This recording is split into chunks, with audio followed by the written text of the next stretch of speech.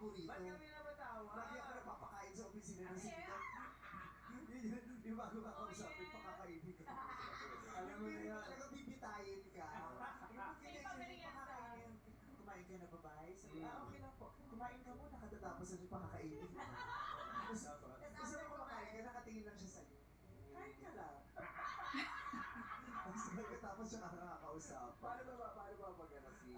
Ma'am Charo. sa'yo? Parang hindi siya tumingin sa mata. Talaga? Nakayuko lang. Paano? Sabi niya sa akin, Dear Vice.